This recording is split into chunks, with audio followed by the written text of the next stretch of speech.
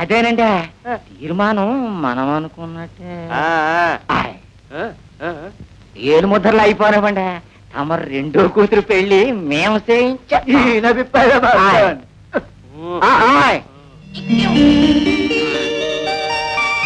ఏంటన్నా ఇది?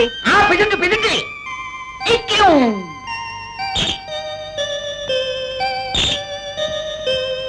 గుమస్తా గారు, అమ్మా, మురుక్కాలకి రాత కట్టుబడి కట్టే నిమిత్తం తీర్మానం రాయమని రాశారా? రాసి సిద్ధంగా ఉంచానమ్మా. ఎకరానికి 10 రూపాయలు చొప్పున. అయితే చాలని 15 రూపాయలు చొప్పున రాశానమ్మా. అయితే ఇయ్యండి.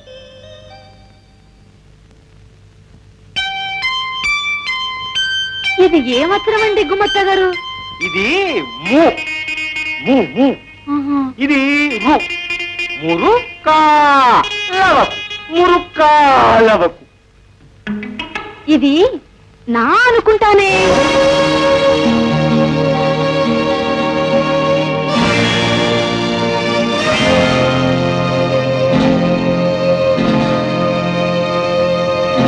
నాకు జరూరైన ఇంటి పనులు ఉండడం చేత 1 సంవత్సరం పాటు ప్రెసిడెంట్ పదవికి దూరంగా ఉండాలనుకుంటున్నాను. అందుచేత సదరు పంచాయతీ మెంబర్లంతా నా కోర్కెను మన్నించవలసిందిగా కోరుతున్నాను. ఇందు మూలంగా నా అధికారాలన్నీ దుర్రియ్య గారికి దఖలు పరుస్తున్నాను. గుమత్త గారు, తీర్మానం చాలా బాగుందండి. ఏలు ముద్ర వేసామంటారేటి? అలా రాశానమ్మా. ఎలా రాశానబ్బా? నీ సంగతి బాగా తెలుసు. కాళ్ళకు దమ్మం పెట్టి కాళ్ళ చెప్పు కొట్టేసారు. అందుకే మా పేరమ్మ, మా ప్రెసిడెంట్ గారు, మా మేటా గారు రా కుదురు పెట్టుకుంటున్నా. నిన్ను బొమ్మిడాయంతో తోడేస్తారు. జాగ్రత్త. ఎవయ్య గుమ్మత్త, నువ్వు రాయుడు గారు తొత్తు అని తెలుసున్నా ఉద్యోగం చేసి నీతిగా ఉంటావని ఇంతకాలం ఉండనిచ్చాను. నీ బుద్ధి మలుచుకున్నావు కాదు.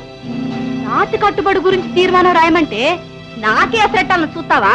నేను ఉద్యోగంలో తీసేస్తున్నానే. ఎలా ఎలా ఎలా ఆ రాయుడు గారు కాళ్ళు కూతున్నావు ఏడుకే తక్కువ దొరుకుతాయి. అయితే బుర్రలు తక్కువ గుంజెక్కువ అన్ని చికమగలే. ఎలా అంత చెత్తలే చెల్లమా ఆ తీర్మానం చెప్పే.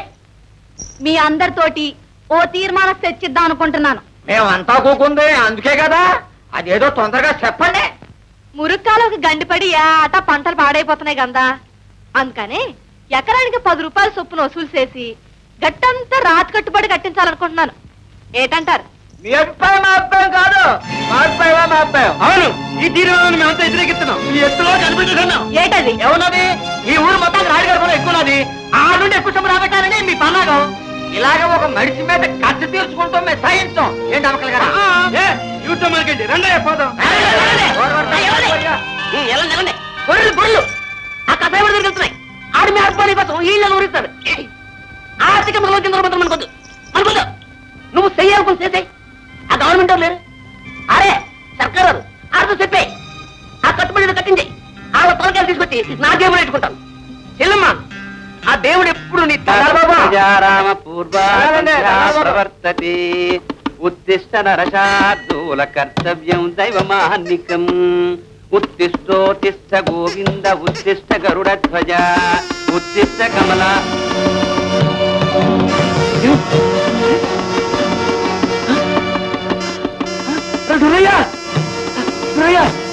ఆపండి ఆపండి. ఏంటి పోతారు బాబా? కొంప పురిగింది. దేవుడి దగ్గర కనిపించడం లేదు. అయ్యి బాబాయ్,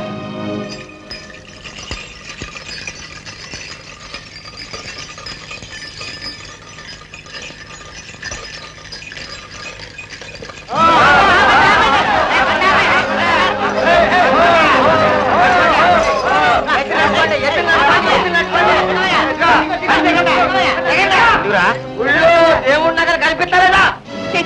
దేవుడు నగలు కనిపించలేదా? నంగరాజుగా మాట్లాడకు. నిన్న సాయంత్రం నువ్వు గుడికి వచ్చావా లేదా? వచ్చాను. మణిపురమాయించి పూజారి గారిని బయటికి పంపించావా లేదా? పంపించాను. పంపిస్తే అయ్యా అర్థమైంది కదా. ఏంటయ్యా నీకు అర్థమైంది? ఏముందండి, సాంజూరు ఆవిడ దగ్గరేగా ఉంటాయి. ఆ నగరాన్ని ఆవిడే హూష్ కైంకర్యం చేసి ఉంటుంది. ఇదిగో పెట్టుకుని అర్జెంట్ గా బయలుదేరింది కదా, అది సోదా చేస్తే తేలిపోతే. ఆగండి, ఊరికే పేలకండ్రా. మా పేరమ్మంటే ఏమనుకుంటున్నారా? నీలాగా డబ్బు కోసం గడ్డి తినే రకం కాదు. నిప్పురా, నికార్సైన సింత నిప్పు. కావాలంటే చూసుకోండి, పాచి మొగంతో పచ్చి మాంసం తినే ఊర కుక్కల్లారా అని చూసుకోండి.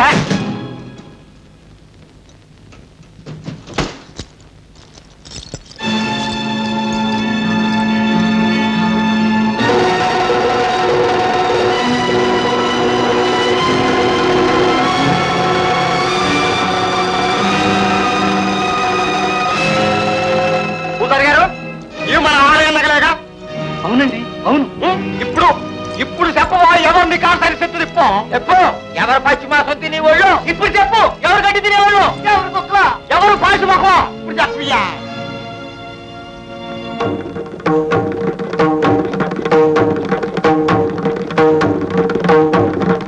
ఏమిట్రా దేవుడి నగలే వ్యాపారించగల దుష్టులు దుర్మార్గులు మన భారతదేశంలో? దేవుడి నగలే అయిగోరండి, ఇలాంటి విషయంలో తాము ఊరుకోకూడదండి. తక్షణం ఈ గడ్డి దొంగని పోలీస్ స్టేషన్ కి అప్పగించేయాలండి. ఎందుకు వచ్చిన గొడవలయ్యా? పోయిన సొమ్ము దొరికింది, అంతవరకు అదృష్టవంతులు. వదిలేయండి. ఇలాంటి వాళ్ళను వదిలేస్తే ఎలా బాబు గారు? వదిలేయం, రిపోర్ట్ ఇస్తాం, పట్టిస్తాం. దాని ఫలితం ఏంటో తెలుసా? ఇలాంటి ఒక దొంగని మీరందరూ కలిసి ఏకగ్రీవంగా ప్రెసిడెంట్ గా ఎన్నుకున్నందుకు మీకే సిగ్గుచేయండి. ఈ ఉత్తమరాలకి ఏ శిక్ష విధించుకుంటాడో దాని ముగ్గుడికే వదిలేయండి.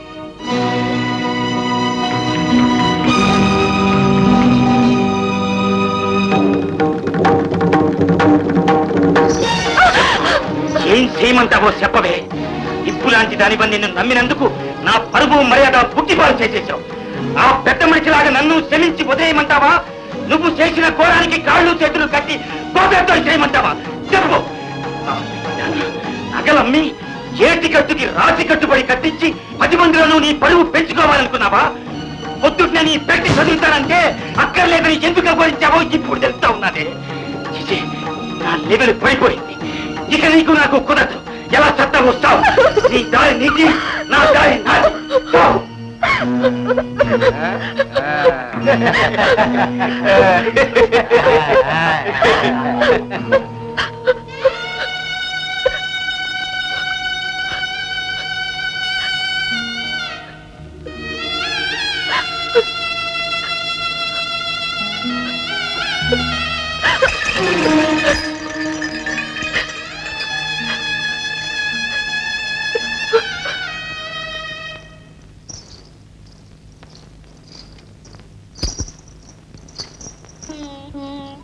ఇల్లమ్మా,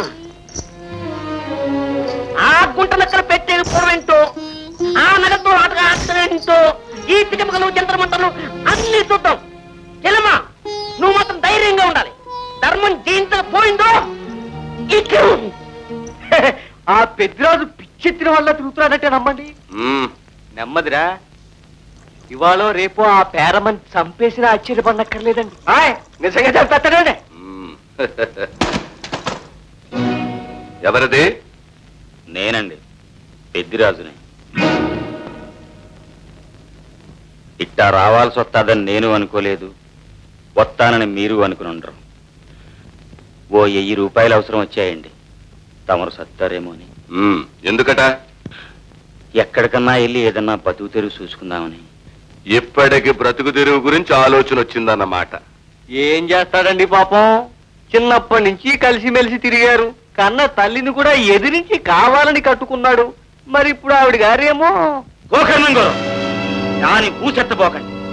దాని పేరు చెబితే నాకు మళ్ళీ సింహం ఎత్తిపోతుంది. అసలు వయసండి, అమ్మోరని నెత్తినెక్కించుకున్నానండి. ఏమండి, మీరు నేల బట్టి చూస్తున్నారు నన్ను. ఎప్పుడన్నా ఈ పెద్ద మనిషి ఎదుట తలెత్తుకుని నిలబడ్డానండి నేను? అట్లాంటిది ఆయన తిట్టానండి, అందరాని మాట్లాడినాను. ఈ రోజుని తెచ్చిపెట్టుకున్నాను. పెద్ద చిన్న మంచి చెడ్డ చూడకుండా పెళ్ళాం మాట్లాడినందుకు నాకు అసలు ఆ గుళ్ళో నగలేటండి. దానికి జరిగింది ఏదో జరిగిపోయింది. అది కాదండి. అవన్నీ మర్చిపో. మర్చిపోతానండి. కానండి, అది వచ్చినట్టు గద్దె దిగిపోయి గది ఉడుచుకుంటూ బతకాల. తమరు మళ్ళీ సింహాసనం మీద కూకుని ఈ పూరేలాల. అప్పుడు మర్చిపోతానండి. అంతవరకు ఈ సలపరం సర్దుకోదు, ఈ అగ్గి చల్లారదు.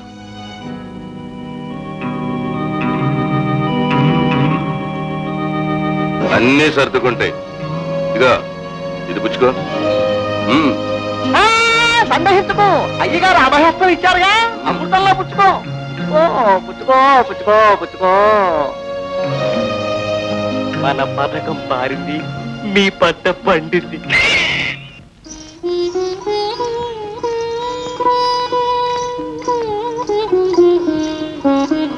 ఆగు, నువ్వు ఇంట్లో రావడానికి లేదు.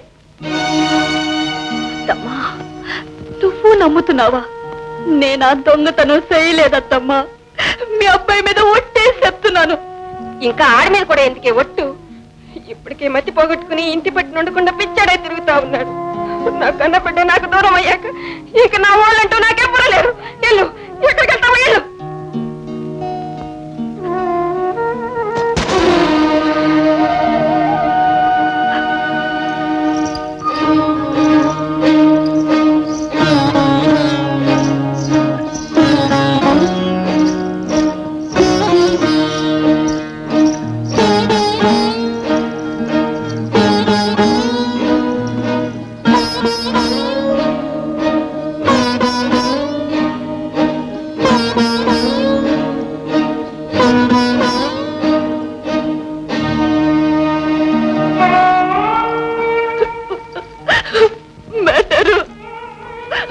నాకు తెలుసమ్మా, నువ్వెలాంటి దానివో నాకు తెలుసు.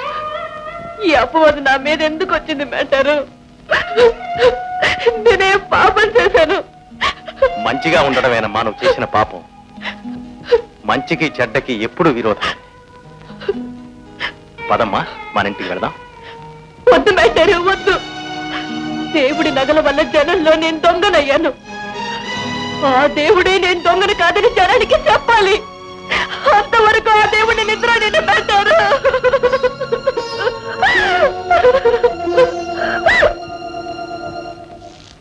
బేబీ బేబీ, ఏమిటండి? చూసావా పొట్టేళ్ళనే పిట్టల్ని ఎలా వేటాడానో? పొట్టేళ్ళెవరు, పెట్టలేవరు? పొట్టేళ్ళంటే మన మెంబర్లు. పొట్ట మీద ఒక దెబ్బ కొట్టాను, వచ్చి కాళ్ళు అట్టుకున్నారు. లేకపోతే పిట్టలు. ఆ ఆడపిట్టను సంవత్సరం తిరగకుండానే పదవి నుంచి పల్టీ కొట్టించాను. లేకపోతే మగపిట్ట, అదే దాని ముగుడు పిట్టలు అరికాల కింద అడిచిపెట్టి ఉంచాను. మీరు అలా చేస్తారని నాకు ఎప్పుడో తెలుసు. తెలుసుకుని ఊరుకుంటే ఎలా? ఏదైనా ఇచ్చుకోవాలి. ఏం కావాలి? మంచి ఫారం సరుకుతో పసందైన విందు. అంతే కదా, అలాగే. అయితే గోకర్ణాలు పిలిపించి మంచి సరుకు తెప్పించు. గోకర్ణంగా లేరండి, పట్నం పంపించాను. ఊళ్ళో ఈ మధ్య నగల గురించి గొడవ ఎక్కువగా ఉంది కదా, ఏమైనా ప్రమాదం వస్తుందేమోనని మన దగ్గర ఉన్న నగలన్నీ అమ్ముకురమ్మని పంపించాను. ఏమిటి ఆ నగలు కూడానా?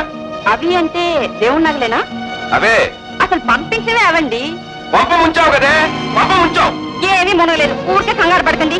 ఏదో దేవుడి నగలు పోయాయన్నారు, పట్టుకున్నా అన్నారు, మళ్ళీ దేవుడికి పెట్టామన్నారు. బాగుంది. నేను అవన్నీ గిల్టు నగలయ్యే. అసలు నగలు మన ఇంట్లో ఉండే. ఇప్పుడు ఎవరైనా ఆరా తీస్తే అసలు విషయం బయటపడింది అనుకోండి, అంట మీదకి రాదు. అందుకని గుడ్డు చెప్పు కాకుండా అమ్ముకురమ్మని పంపించి. గొప్ప పని చేశావు. ప్రతి నగ మీద దేవుడి పేరు, ఊరి పేరు ముద్ర కొట్టుంటుంది. అవి ఇప్పుడు బజార్లో పడితే దొంగ తగ్గుతుంది. మేమంత దూరం ఆలోచించలేదు బాగారు. ఎందుకు ఆలోచిస్తారయ్యా? ముందు అర్జెంట్ గా వెళ్ళి కొంపలాంటుకోకముందే గోకర్ణాలు వెనక్కి తీసుకురా. నేనున్నానుగా, నాతో చెప్పాడు వచ్చుగా.